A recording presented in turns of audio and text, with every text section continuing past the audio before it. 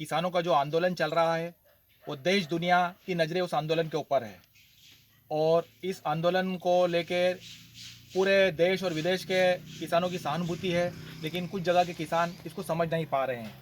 इस मामले को लेकर हम युवा कांग्रेस कार्यकर्ता राधेश्याम जी मोयल से चर्चा करते हैं कि आखिर ये किसान बिल क्या है। मैं Radheshyam Moyal, national coordinator all India Adivasi Congress. Actual में हमारी हिंदी भाषा के कुछ शब्द बहुत कठिन होते हैं, लोग समझ नहीं पाते हैं। 3 बिल जो मैं आपको एक नॉर्मल भाषा में बताता हूँ कि ये पहला जो बिल है उसमें सीधे सीधे आवश्यक वस्तु अधिनियम जो था 1955 में नेहरू जी ने बनाया था। नेहरू जी ने ये जब आवश्यक वस्तु अधिनियम बनाया था, जब उद्देश्य ये था कि कहीं ना कहीं बहुत ज़्यादा मात्रा में खाद्य सामग्री का भंडारण होता था। खाद्य सामग्री आवश्यक वस्तु मतलब नमक, आटा, गेहूँ, चावल, दाल और तेल, और ये जो डेली यूज़ में आने वाली चीज़ों के लिए एक कानून बनाया था कि कोई भी व्यक्ति इसका भंडारण नहीं कर सकता है। अगर कोई ऐसी सिचुएशन बने कि कोई आपातकाल की कंडीशन आ गई या युद्ध हो रहा, उस कंडीशन में हम भंडारण कर सकते थे।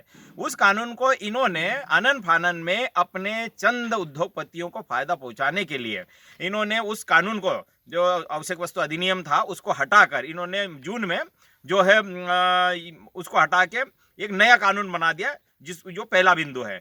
इसमें यह स्पष्ट कहा गया है कि कोई भी व्यक्ति किसी से भी अनाज खरीद सकता है, दाल खरीद सकता है, फसलें खरीद सकता है और वो अपने यहाँ भंडारण कर सकता है। मोदी जी बड़े खुश होकर बोलते हैं कि भंडारण आप किसान भी कर सकते हैं। हमारे हिंदुस्तान के किसान बहुत गरीब है, न तो उनके पास भंडारण की व्यवस्था है, न वेयर हाउस है, न कोल्ड स्टोरेज है, कहाँ से भंडारण करेंगे। तो सीधा सीधा पहले बिल में किसानों का जो माल जाएगा वो भंडारण हो जाएगा और भंडारण होकर जो वहाँ के बड़े बड़े उद्योगपति भंडारण करेंगे उसको आने पौने भाव में बेचेंगे। दूसरा बिल जो अपनी आम भाषा में जिसको हम कहते हैं कि कॉन्ट्रैक्ट फार्मिंग, ठेके की खेती। ठेके की खेती का तात्पर्य यह है कि मान लो ये हमारा क्षेत्र है, यहाँ 1000 हेक्टेयर जमीन को कोई उद्योगपति की राय से ले लेगा 20 साल की लीज पर, और वो किसानों को एक उचित दाम दे देगा और बोलेगा कि हम 20 साल तक आपकी खेती करेंगे और इससे ज़्यादा पकेगा तो हम आपको 2 पैसा और फायदा पहुंचाएंगे। लेकिन आज हम अच्छी तरह से देखते हैं कि उद्योग के लिए हमने ज़मीनें जो दी गई है, उन उद्योगों की ज़मीनें आज किसानों को वापस नहीं मिली, तो ये ज़मीन कहाँ से मिलेगी। आप ये कॉन्ट्रैक्ट खेती जो है बड़ी निंदनीय है। ये अगर एक बार किसानों के हाथ से चली गई, क्योंकि हमारे हिंदुस्तान का किसान बहुत छोटा है, किसी के घर में 2 बीघा, 3 बीघा, 4 बीघा ज़मीनें हैं, उस 4 बीघा ज़मीन में पूरे घर के लोग खेती करते हैं। खेती करने पे जो फायदा होता है वो उस पर अपना गुजारा करते हैं। अगर ये खेती की कॉन्ट्रैक्ट हो गया और किसी व्यक्ति ने ले लिया, तो व्यक्ति न तो खेत में काम कर सकता है, न कुछ नहीं कर सकता। तो सीधी भाषा में ये है कि यहाँ मशीनों से खेती होगी और हमारे यहाँ के मजदूर जो गुजरात में बड़ी बड़ी फैक्ट्रियाँ वहाँ पर काम करेंगे। तो ये कॉन्ट्रैक्ट खेती हो गई, जिससे पूरी तरह किसानों का नुकसान है। एक बार किसानों की ज़मीन अपने हाथ से निकल गई, वो कभी नहीं मिल सकती। तीसरा पॉइंट जो कृषि का है वो है न्यूनतम समर्थन मूल्य। भारत सरकार न्यूनतम समर्थन मूल्य देती है और अभी ये भी कह रहे हैं कि जो इस नए बिल में भी जो व्यक्ति जो भी ज़मीनें लेगा, या फिर हम मंडी प्रक्रिया को ख़त्म कर देंगे। कोई भी व्यक्ति किसी भी जगह अपनी ज़मीन से जो उपज हुई है, उस अनाज को, उस कपास को या कुछ भी फसल आई, वो किसी भी व्यक्ति को बेच सकता है। तो कुल मिलाकर ये है कि मंडियों को हटा दिया जाएगा, तो ये जो गरीब गुरबा जो पल्ली लगाकर अपनी रोजी रोटी कमाते हैं, गरीब लोग जो होते हैं, गांव-गांव जाकर बैलगाड़ी से, ट्रैक्टर से जो सामान फसलें खरीदते हैं, वो एक तो ख़त्म हो जाएगा। दूसरा समर्थन मूल्य की बात आती है, तो मैं आज आपको कहना चाहूँगा कि आज मक्का का समर्थन मूल्य 1485 रुपये है, लेकिन कोई भी 800-900 रुपये में खरीदने के लिए तैयार नहीं है।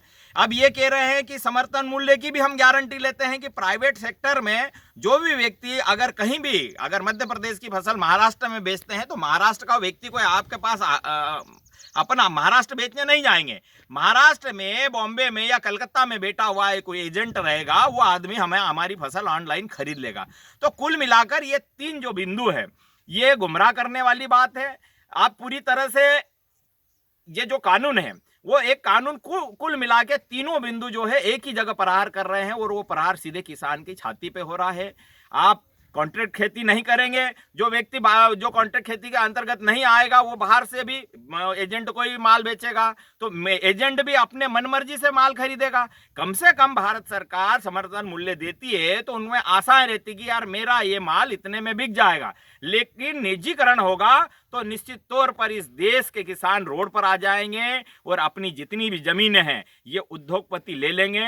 और आज ये सीधी बात मैं कहना चाहूंगा कि ये किसानों की जमीन लेकर ये अच्छे से उपजाऊ करना चाहते हैं, उसके पीछे कारण है कि कांग्रेस की गवर्नमेंट ने यहाँ बड़े बड़े बांध बनाए, नहरें बनाई। आज पूरी तरह से हमारी कृषि जो है वो उपजाऊ हो चुकी है। क्योंकि हम आज से 20 साल पहले देखेंगे तो हमारे इतने हरित क्रांति के पहले इतना कुछ नहीं पकता था जितना आज पक रहा है। तो आज ये उद्योगपतियों की जो अडानी अंबानी के रूप में काम कर रहे हैं, इनकी नज़र किसानों की जमीन पर है और ये किसानों की सारी जमीन खरीदना ही हुआ एक तरह से, वो लेना चाहते हैं और किसानों को रोड पर लाना चाहते हैं। हम उनकी निंदा करते हैं। ये कानून वाकई काला कानून है। इसमें देश के जितने भी गरीब किसान या उद्योग बड़े बड़े किसान हैं ये पूरी तरह रोड पे आ जाएंगे और उनकी खेती एक बार एग्रीमेंट अगर हो गया तो वो एसडीएम कार्यालय के चक्कर काटते रहेंगे, लेकिन जीवन में उनके बाप दादा भी या उनके पोते पोती भी उस जमीन को वापस नहीं ले पाएंगे, क्योंकि वो तो एक लिखित में एग्रीमेंट होगा।